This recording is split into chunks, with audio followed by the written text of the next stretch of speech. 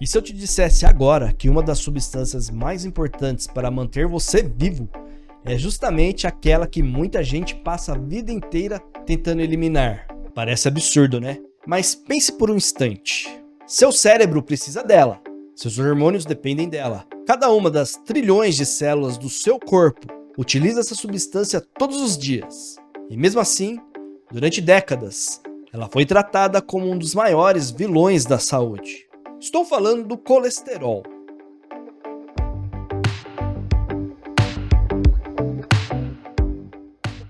Se você já recebeu um exame mostrando colesterol alto, provavelmente sentiu um frio na barriga. Talvez alguém tenha dito que você precisava cortar ovos, carne, manteiga ou qualquer alimento que tivesse gordura. Talvez você até tenha saído do consultório acreditando que estava com uma espécie de bomba-relógio dentro das artérias. Mas será que essa história é realmente tão simples? Ou será que estamos confundindo um personagem importante com o verdadeiro culpado? Porque existe um detalhe que quase ninguém explica. Neste exato momento, enquanto você está assistindo a este vídeo, o seu próprio organismo está fabricando colesterol. Isso mesmo! Seu corpo produz colesterol todos os dias. E faz isso mesmo que você praticamente não coma alimentos ricos em colesterol. Agora pare para pensar. Se essa molécula fosse realmente um veneno para o organismo, por que o próprio corpo gastaria tanta energia para fabricá-la? Essa pergunta muda completamente a forma de enxergar esse assunto.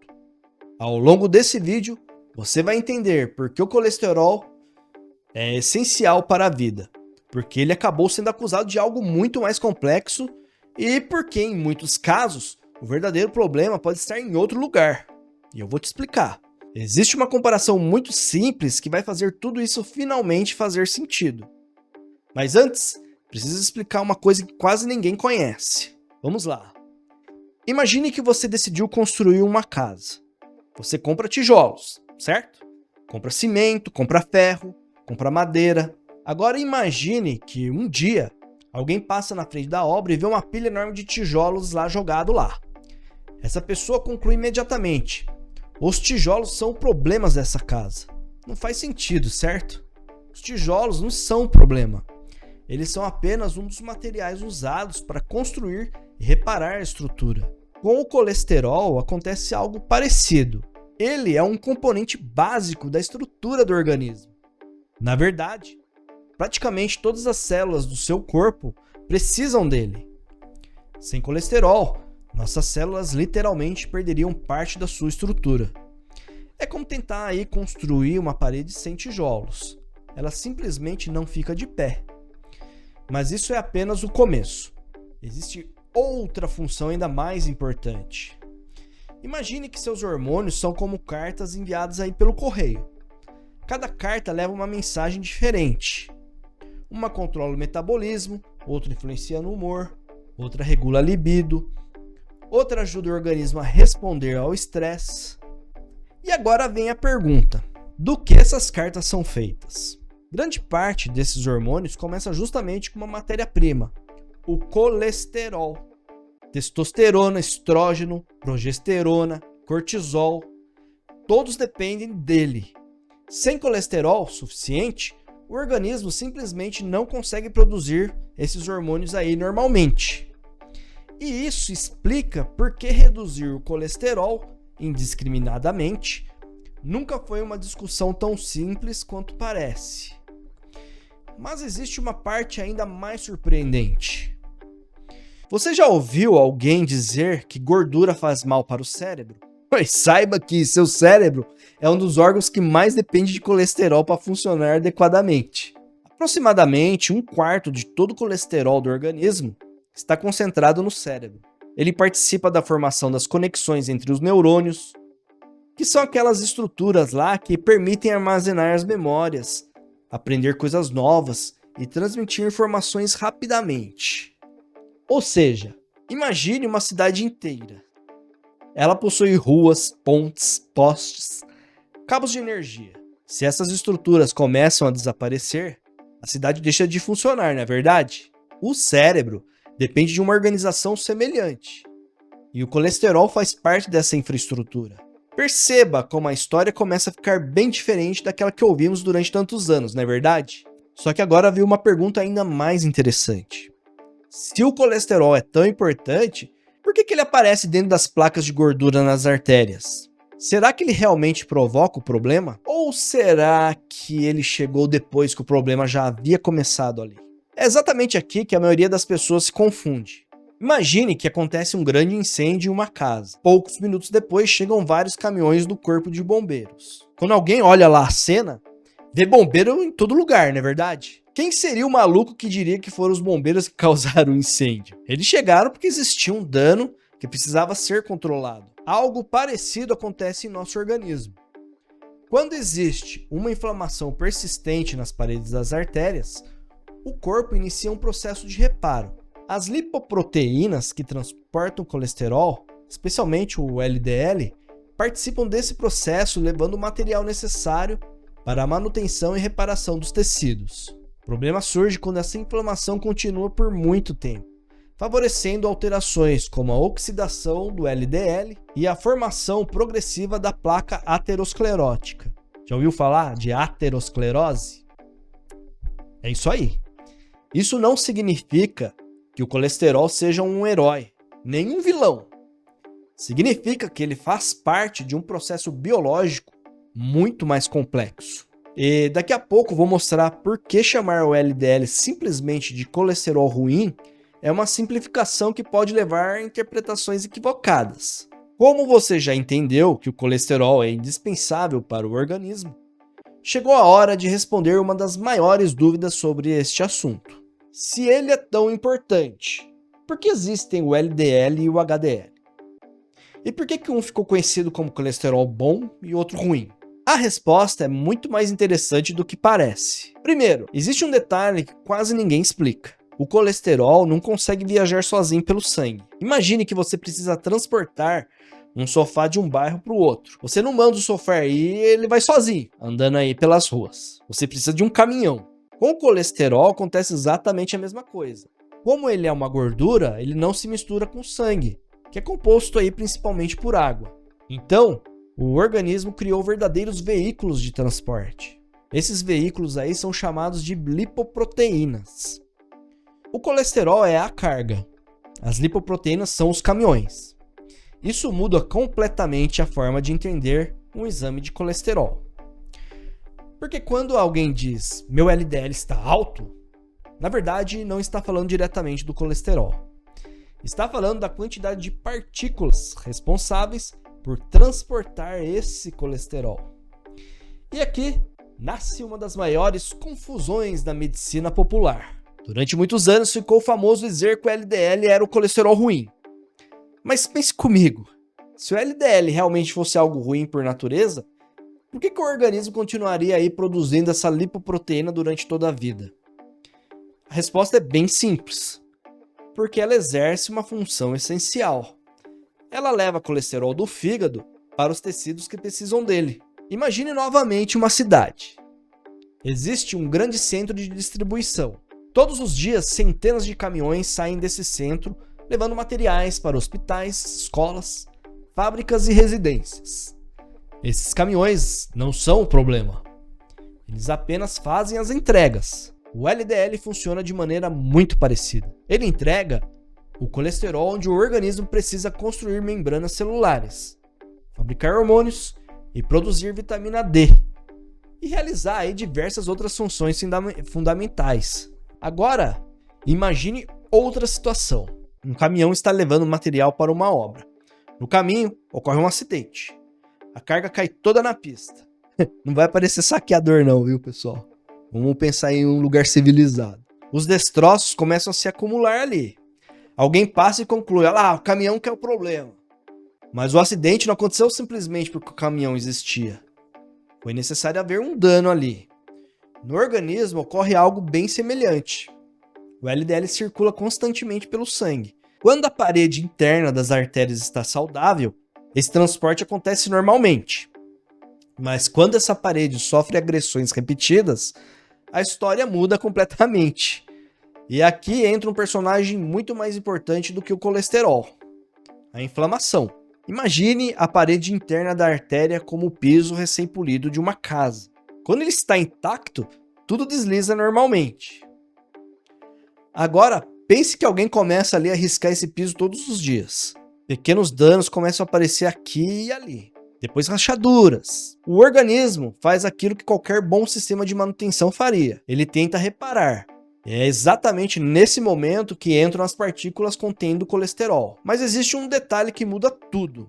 O colesterol não é produzido porque existe inflamação. Nosso organismo fabrica colesterol continuamente, porque ele é indispensável para a vida. Porém, quando há uma lesão e inflamação crônica, ou seja, constante, das paredes nas artérias, as lipoproteínas que transportam o colesterol participam do processo de reparo, como eu já falei lá atrás, levando os componentes necessários para reconstruir aquele tecido ali que se lesionou, não é verdade? Pense então em um cano furado dentro de uma parede. Enquanto o vazamento continuar, os pedreiros voltarão ali repetidamente para tentar reparar. Se alguém fotografar apenas os pedreiros trabalhando todo dia, pode concluir que eles causaram ali o problema. Pode ser, né? Mas vamos pensar num mundo perfeito. Mas eles apenas ali responderam ao dano que foi feito na parede. Com o colesterol acontece algo semelhante. O problema verdadeiro é que quando a inflamação nunca desaparece, com hipertensão, tabagismo, diabetes, resistência à insulina, obesidade visceral, sedentarismo, esses e outros fatores mantêm uma agressão ali constante nas artérias. É como tentar pintar uma parede enquanto alguém continua jogando água nela. O reparo nunca vai terminar, né? A pintura nunca vai ficar pronta. E é justamente nesse ambiente inflamatório que parte do LDL pode sofrer uma transformação importante. Ele pode ser oxidado. Para entender isso, vamos imaginar aí uma maçã. Quando você corta uma maçã e a deixa exposta ali ao ar, rapidinho ali ela vai escurecer, não é verdade? Ela sofreu oxidação. Aquele processo que ela sofreu se chama oxidação. Com o LDL acontece um processo parecido. Quando ele permanece ali por muito tempo em um ambiente rico em inflamação, em estresse oxidativo, pode sofrer modificações químicas. E é principalmente essa forma modificada que é chamada LDL oxidado, que desperta maior interesse aí na formação da placa aterosclerótica. Perceba como isso é diferente de dizer simplesmente que todo LDL faz mal. Essa diferença é enorme. Isso muda completamente nossa interpretação, se você quer saber. Mas agora surge outra pergunta. Se o LDL leva colesterol para os tecidos, qual é a função do HDL? Vamos lá. Vamos imaginar novamente na nossa cidade. Sempre uma cidade, né? Depois que uma obra termina, sobra material. Existe pedaço de tijolo, madeira quebrada, entulho de toda espécie. Não é verdade? Alguém precisa recolher tudo isso daí. É exatamente essa uma das funções mais importantes do HDL. Ele participa do chamado transporte reverso do colesterol. Em outras palavras, ajuda a recolher parte do colesterol excedente dos tecidos ali e levá-lo de volta ao fígado, onde ele poderá ali ser reutilizado ou ser eliminado pelo organismo. Por isso, durante muitos anos, ele ficou conhecido como colesterol bom, mas hoje sabemos que a história também não é tão simples. Ter um HDL elevado não significa automaticamente proteção absoluta. Assim como ter um LDL elevado não significa automaticamente que uma pessoa terá um infarto. O risco cardiovascular depende do conjunto de toda a história: pressão arterial, controle da glicemia, inflamação, tabagismo, histórico familiar, peso corporal, qualidade da sua alimentação, atividade física, qualidade do sono. Veja que todos esses fatores aí interagem entre si. É como montar um quebra-cabeça. Olhar simplesmente uma peça dificilmente revela a imagem completa. Por isso, eu, como profissional responsável que todos deveriam ser, não faço prescrição alguma em vídeos, pois as realidades de quem está assistindo são diferentes para cada pessoa. E tratar tudo do mesmo jeito pode gerar novos problemas ou agravar problemas existentes. E por isso, recomendo antes de tudo uma consulta com um nutricionista. É como eu sempre digo, nutricionista não é só para emagrecimento. É tornar saudável todo o terreno biológico humano. Agora chegamos à parte em que muitos mitos começam a cair. Porque depois de tudo que vimos até aqui, talvez você esteja pensando: então o colesterol alto não faz diferença nenhuma. A resposta sincera é não. Mas também não é tão simples quanto dizer que quanto mais baixo, melhor. É justamente aqui que a maioria das pessoas se confunde. Imagine dois vizinhos. Os dois fazem exames no mesmo dia. Os dois recebem exatamente o mesmo valor de colesterol LDL e HDL. Mesmo número. Mesmo laboratório. Mesmo resultado. Mas alguns anos depois, um deles sofre um infarto. O outro continua de boa, saudável. Como isso é possível? Se o colesterol fosse o único responsável, os dois deveriam ter exatamente o mesmo destino, não é verdade? Mas o nosso organismo não funciona olhando apenas um número. Ele funciona como uma orquestra. Imagina uma apresentação musical aí. Você não consegue dizer se o concerto será bom olhando apenas para o violonista. É preciso observar todos os músicos. No corpo, acontece exatamente a mesma coisa. O risco cardiovascular depende da interação entre vários fatores: pressão arterial, controle da glicemia, tabagismo, diabetes, resistência à insulina, histórico familiar genético, qualidade da alimentação, atividade física, inflamação crônica. Todos esses elementos interagem entre si. É por isso que o nutricionista e o médico não avaliam apenas um exame isolado. Eles analisam o contexto todo. Agora vem uma pergunta que aparece muito nas redes sociais: o ovo aumenta colesterol? A resposta provavelmente vai surpreender muita gente. Durante muitos anos, acreditou-se que comer alimentos ricos em colesterol aumentava diretamente o colesterol no sangue. Hoje, sabemos que isso acontece de forma muito limitada para a maioria das pessoas. O organismo possui mecanismos bastante sofisticados de controle. Imagina aí uma fábrica. Quando o estoque está cheio, ela reduz a produção.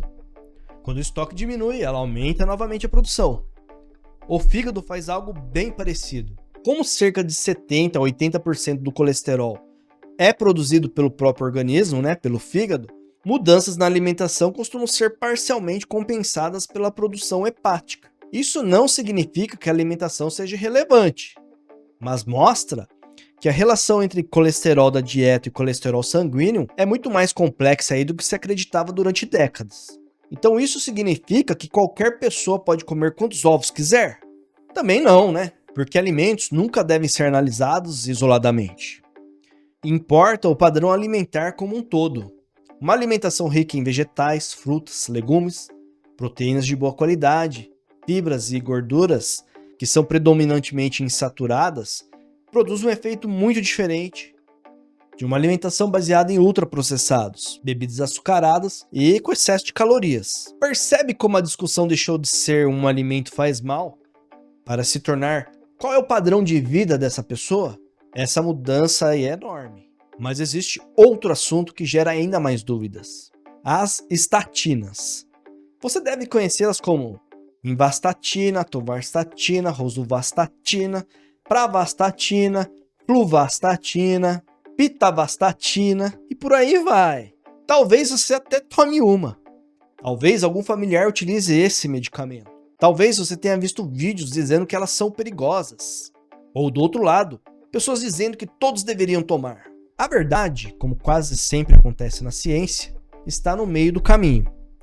As estatinas são medicamentos que reduzem principalmente a produção de colesterol pelo seu fígado e possuem evidências robustas de redução de infartos, AVC e mortalidade cardiovascular em pessoas que têm alto risco ou que já tiveram eventos cardiovasculares. Mas ele deve ser usado só em um período emergencial. Por que emergencial? Como todo remédio, tem reações adversas comprovadas e que se encontram na bula dele. Só ir lá ver. Que pode ser dores musculares, aumento da glicemia, o que acelera o desenvolvimento da diabetes tipo 2. E pode causar alterações até no fígado. Outros possíveis efeitos adversos que ainda estão sendo investigados pelas pesquisas recentes são a perda de memória, demência, insônia, depressão ou disfunção sexual. Perceba que aí você cai no que chamo de o espiral da derrota, onde um remédio passa a forçar a inclusão de outros remédios e você deve conhecer alguém nessa situação aí, que acaba em uma coleção de outras reações adversas que vão assim terminar com o sistema totalmente comprometido. Não nos causa surpresa que essa será a geração de pessoas que viverá menos que a anterior. Ou seja, existe uma enorme diferença entre baixar um número no exame e melhorar a saúde como um todo. Imagine que o painel do seu carro acende a luz do óleo. Você cobre essa luz com uma fita adesiva ali. O painel agora parece perfeito. Não tá com a luz ali, né? Você colocou adesivo. Mas o motor continua com o problema escondido ali. Na saúde acontece algo parecido. Se a pessoa continua fumando, dorme mal, é sedentária, está acima do peso, tem diabetes descontrolado, vive sob estresse extremo, consome muitos ultraprocessados. Me diga, baixar apenas o colesterol dificilmente resolverá toda a complexidade do risco cardiovascular, não é verdade? É preciso cuidar do terreno onde a doença se desenvolve. É como apagar um incêndio e, ao mesmo tempo, impedir que novos focos apareçam. E que só é atingido fazendo uma verdadeira mudança de hábitos alimentares do seu dia a dia. Essa é uma visão muito mais moderna da prevenção cardiovascular, definitivamente. E antes de terminar, quero responder rapidamente outra dúvida muito comum. Então, colesterol baixo pode ser ruim? Claro que sim. Ele é uma molécula essencial para a vida, como a gente já falou. Participa da formação das membranas celulares, é indispensável para produzir hormônios. Testosterona, por exemplo, é um deles. Não à toa, os níveis de testosterona vêm caindo ano a ano. Ele também ajuda na produção da vitamina D, que, como vimos em vídeo anterior, é um hormônio também. Além de tudo isso, é fundamental para o funcionamento do cérebro. Após saber de tudo isso, lembra-se dos efeitos adversos da estatina? Não coincidem aí com o que a falta do colesterol produz no corpo humano? Ou até suas consequências? Sem colesterol, simplesmente não existiria vida, como a conhecemos.